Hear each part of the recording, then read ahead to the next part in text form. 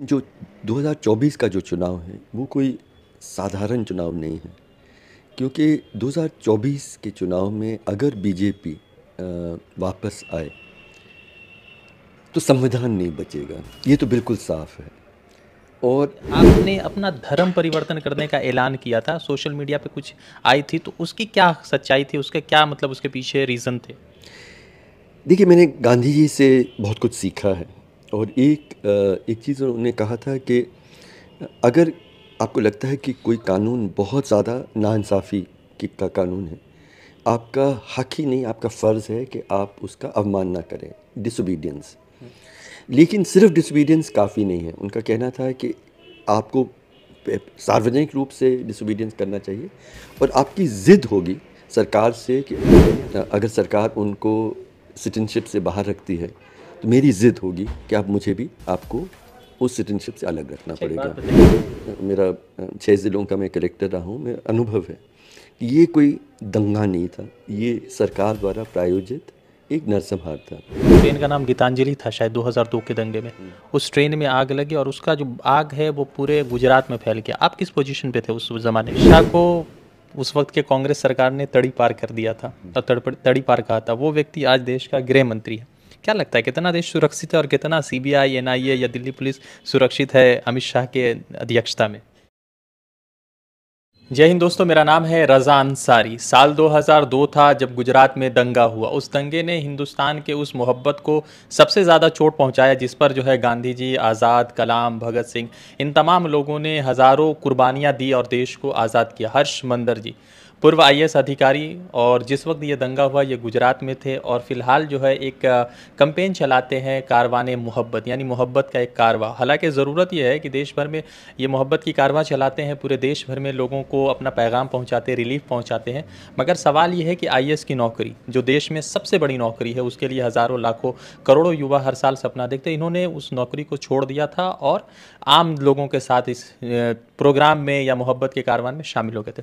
हर चीज़ सबसे पहले कि आज कोलकाता में आए वोट फॉर इंडिया के लिए, आखिर ऐसी क्या ज़रूरत पड़ गई है कि आप जिस कैंपेन को कारवाने मोहब्बत को चला रहे, इसको कंप्लीट करने के लिए किसी पॉलिटिकल बैनर तो नहीं बट एक कलेक्टिव थॉट के साथ आना पड़ रहा देखिए, मैं मानता हूँ कि जिस हद तक नफ़रत हमारे ज़िंदगी का, समाज का एक बिल्कुल आम हिस्सा हो गया है, ये बस एक चुनाव से इस पे हम काबू पाएंगे ऐसा नहीं है। मुझे लगता है कि समाज में, दिलों में जो नफ़रत बैठी हुई है, अ, उसको उसको मोहब्बत में बदलने में कम से कम एक पीढ़ी लगेगी, उससे ज़्यादा भी। मेरी जितनी उम्र बाकी है उसमें तो मुझे वो इसी काम में लगना पड़ेगा। लेकिन अ, लेकिन जो 2024 का जो चुनाव है वो कोई साधारण चुनाव नहीं है, क्योंकि 2024 के चुनाव में अगर बीजेपी वापस आए तो संविधान नहीं बचेगा, ये तो बिल्कुल साफ है। और अ, हम मान के चलें कि 2024 का चुनाव एक तरह से संविधान सभा का नया चुनाव है, क्योंकि संविधान ही नहीं रहेगा तो हम वो चुन रहे हैं कि संविधान, आज का संविधान बचे या बदले और एक हिंदू राष्ट्र आए। तो बहुत ज़रूरी है कि हम लोग सब मिल के 2024 के पहले ये सुनिश्चित करें कि बीजेपी नहीं आए। वैसे जो राजनीतिक दल हैं उनमें कमियां भी बहुत हैं, बाकी राजनीतिक दल उनमें विवाद भी बहुत हैं, आर्थिक नीति के बारे में, बहुत सारी चीज़ों के बारे में। लेकिन उसके लिए वक्त है, आगे हम लड़ सकते हैं, उसको सुलझा सकते हैं। लेकिन पहले तो हमें संविधान के जो वादे थे कि हम ऐसा देश बनाएंगे जहाँ कोई फ़र्क नहीं पड़ेगा कि आप इस भगवान को माने या उस अल्लाह को माने या किसी को ना माने, आपकी जाति क्या है, आपकी भाषा क्या है, आपकी लिंग क्या है, अमीर हैं गरीब हैं, हर तरह से बराबर के इंसान, बराबर के नागरिक होंगे। ये एक तरह से मैं मानता हूँ कि हमारे संविधान और हमारी आज़ादी की लड़ाई की आत्मा थी। ये बहुत गहरे गंभीर खतरे में है, इसको पहले हम बचाएं। सीए एनआरसी शुरू हुआ जब 2019 में, कोरोना से थोड़ा दिन पहले, तो उसमें एक चीज़ ये था कि आपने अपना धर्म परिवर्तन करने का ऐलान किया था, सोशल मीडिया पे कुछ आई थी, तो उसकी क्या सच्चाई थी? उसके क्या मतलब उसके पीछे रीज़न थे? देखिए, मैंने गांधी जी से बहुत कुछ सीखा है। और एक चीज़ उन्होंने कहा था कि अगर आपको लगता है कि कोई कानून बहुत ज़्यादा नाइंसाफ़ी का कानून है, आपका हक ही नहीं, आपका फ़र्ज़ है कि आप उसका अवमानना करें, डिसोबीडियंस। लेकिन सिर्फ डिसोबीडियंस काफ़ी नहीं है। उनका कहना था कि आपको सार्वजनिक रूप से डिसोबीडियंस करना चाहिए और आपकी ज़िद होगी सरकार से कि मैंने आपका कानून तोड़ा है, आप मुझे सज़ा दें, और आप तब तक सज़ा देते रहें जब तक आप कानून ना बदलें। आप समझे? अब मैंने तय किया कि सीए और इसके बाद एनआरसी होगा, तो मैं कागज़ नहीं दूंगा, ये डिसोबीडियंस है।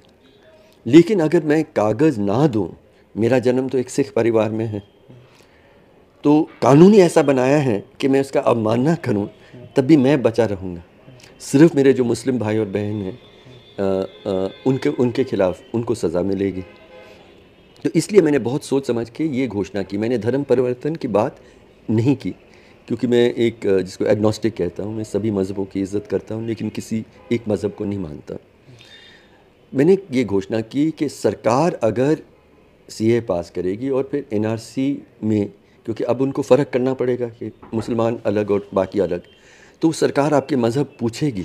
तो मैंने कहा कि मैं सरकार को अपने विरोध में रजिस्टर करूँगा एज अ मुस्लिम, और फिर मैं कागज़ नहीं दूँगा। और फिर मेरे किसी भी मुस्लिम भाई और बहन के ख़िलाफ़ अगर सरकार उनको सिटीजनशिप से बाहर रखती है, तो मेरी ज़िद होगी कि आप मुझे भी आपको उस सिटीजनशिप से अलग रखना अच्छा, एक पड़ेगा। बात बताइए, जिस तरह से वो ट्रेन का नाम गीतांजलि था शायद 2002 के दंगे में, उस ट्रेन में आग लगी और उसका जो आग है वो पूरे गुजरात में फैल गया। आप किस पोजीशन पे थे उस ज़माने में? देखिए, मैं एक्चुअली उस वक्त आईएएस में था। आईएएस में उस वक्त आपको इजाज़त थी कि आप कुछ वक्त छुट्टी लेके एक एनजीओ में काम कर सकते हैं। तो उस नाते में मैं एक्चुअली वहाँ रिलीफ कैंपों में अपना सेवा देने गया था। तो वहाँ जब रिलीफ कैंपों में मैं गया, तो कुछ देर में ही मुझे समझ में आया जो उनकी जो इतने मतलब डरा देने वाले खौफनाक कहानियाँ औरतों बच्चों के साथ जो हुआ था, मुझे बहुत जल्दी समझ में आया। मेरा 6 ज़िलों का मैं कलेक्टर रहा हूँ, मेरा अनुभव है कि ये कोई दंगा नहीं था, ये सरकार द्वारा प्रायोजित एक नरसंहार था। तो मेरा मेरा ज़मीर की ही बात मैं उसकी आवाज़ ही सुनने की कोशिश करता हूँ। तो मुझे लगा कि ये बात मुझे दुनिया से कहना ज़रूरी है। तो मैंने लिखा क्राई माई बिलवड कंट्री, और मैंने ये इसमें ये लिखा कि ये कोई दंगा नहीं था, ये एक नरसंहार था। और मैंने उसमें कई चीज़ें कही। मैंने कहा कि जो दंगाई हैं उन्होंने बहुत कुछ मुझसे छीना है।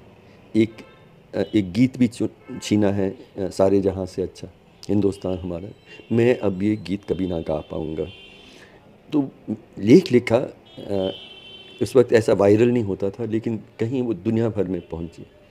और थोड़े दिनों के बाद मैंने तय किया कि अब मैं अब इस सरकार में नहीं रह सकता हूँ।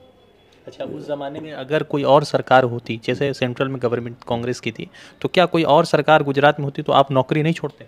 नहीं, उस वक्त अगर लड़ाई यही थी कि जब सरकार ही मतलब संविधान के हर नीति, हम लोग सर्विस में आते हैं, आईएएस में आते हैं, तो संविधान के प्रति हम प्रतिज्ञा करते हैं कि कुछ भी हो हम संविधान की रक्षा करेंगे। अगर सरकार खुद खुल के संविधान के ही विपरीत जा रहा है, और बहुत साफ मुझे दिख रहा था 2002 में कि किस दिशा में देश अब जा रही है, जहां हम लोग आज पहुंचे हैं।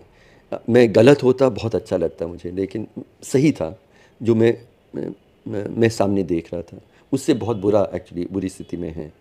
तो मुझे लगा कि अगर मुझे संविधान ही की रक्षा में लड़ना है, जब सरकार ही संविधान का खिलाफत कर रही है, तो मैं एक आम नागरिक की हैसियत से ही वो लड़ाई लड़ सकता हूँ, और इसलिए मैंने आईएएस छोड़ा। अच्छा, तो आईएएस में कितने साल थे आप? लगभग 20 साल थे। 20 साल थे। तो लास्ट हाईएस्ट पोजीशन क्या था आपका जब आपने ये नौकरी छोड़ी? मैं कलेक्टर रहा 6 ज़िलों में, फिर कमिश्नर था बिलासपुर संभाग का। 2010 में आपको यूपीए सरकार ने कुछ चाइल्ड डेवलपमेंट में कुछ कमेटी दी थी? नहीं, चाइल्ड डेवलपमेंट की नहीं थी। सोनिया गांधी की अध्यक्षता में एक राष्ट्रीय सलाहकार एनएसी समिति बनी थी, जहाँ पे वो प्रधानमंत्री को एडवाइस करने की एक कमेटी बनी थी कि गरीब और कमज़ोर तबकों के लिए कानून। तो यही एनएसी ने राइट टू इन्फॉर्मेशन भी बनाया था, एनआरईजे भी बनाया था, उसमें मुझे निमंत्रण मिला था और मैं उसमें शामिल था। मैंने इनफैक्ट जैसे फूड सिक्योरिटी एक्ट है उसका मैं ही कन्वीनर था, लैंड एक्विजिशन एक्ट का मैं कन्वीनर था। तो ये सारे कानून बनाने में communal violence bill Farhan Naqvi और मैं साथ में हमने उसका भी मसौदा तैयार किया। जैसे सबा नकवी जी हैं, आप हैं, संजीव भट्ट है, तेस्ता सितलवाड़ है, और भी कुछ ऐसे नाम हैं जो बहुत सारे नाम हैं। इनके खिलाफ लगातार केसेस आ रहे हैं, कई सारे लोग जेल के सलाखों के पीछे। तो ऐसा तो नहीं कि आपने एक बहुत बड़ी ताकत से बहुत तेज़ी के साथ लड़ने का फैसला कर लिया था? वो फैसला मतलब मैं रोज़ समझता हूँ कितना सही था। आसान नहीं है। मेरे खिलाफ आज इतने केसेस हैं जो सरकार हर जो केंद्रीय संभाग है, सीबीआई है, ईडी है, दिल्ली पुलिस है, होम मिनिस्ट्री है, इनकम टैक्स है, बहुत सारे इकोनॉमिक ऑफेंसेस भी हैं, सब ने मेरे ख़िलाफ़ कार्रवाई की है। हफ्ता नहीं निकलता, 2 हफ्ते नहीं निकलते जहाँ कहीं से नोटिस है। मैं यहाँ से वापस जाऊँगा तो सीबीआई में मुझे अपनी उपस्थिति देनी होगी। और सब लोग समझते हैं कि मुझे उस तरह के मेरे से आप असहमत तो हो सकते हैं, लेकिन ये कहना कि मैं कोई एक टेररिस्ट अटैक प्लान कर रहा था या मैं विदेशों में मैंने पता नहीं कितने करोड़ रुपए रखे हुए हैं या मैं नफ़रत का प्रचार कर रहा हूँ, क्योंकि मैं जो भी करता हूँ सार्वजनिक है और मोहब्बत की ही बात करता हूँ। आज हम ऐसे युग से गुजर रहे हैं जहाँ वो सबसे बड़ा अपराध है। अमित शाह को उस वक्त के कांग्रेस सरकार ने तड़ी पार कर दिया था और तड़ी पार कहा था। वो व्यक्ति आज देश का गृह मंत्री है।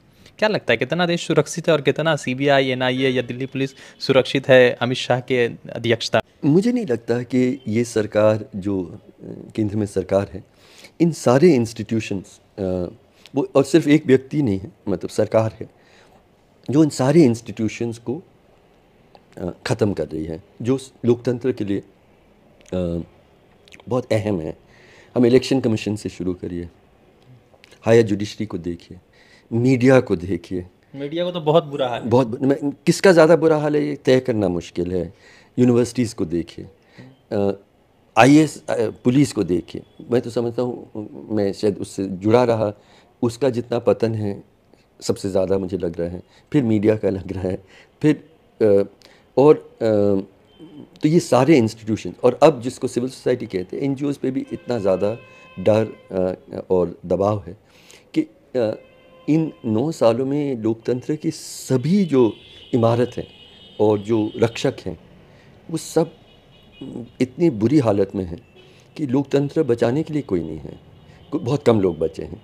इसलिए और भी ज़्यादा ज़रूरी है कि आप अलग भी हो गए, थोड़े से लोग रहेंगे, लेकिन और भी ज़रूरी है कि हम, और मुझे क्या होगा महत्व बहुत कम रखता है। अच्छा, जैसे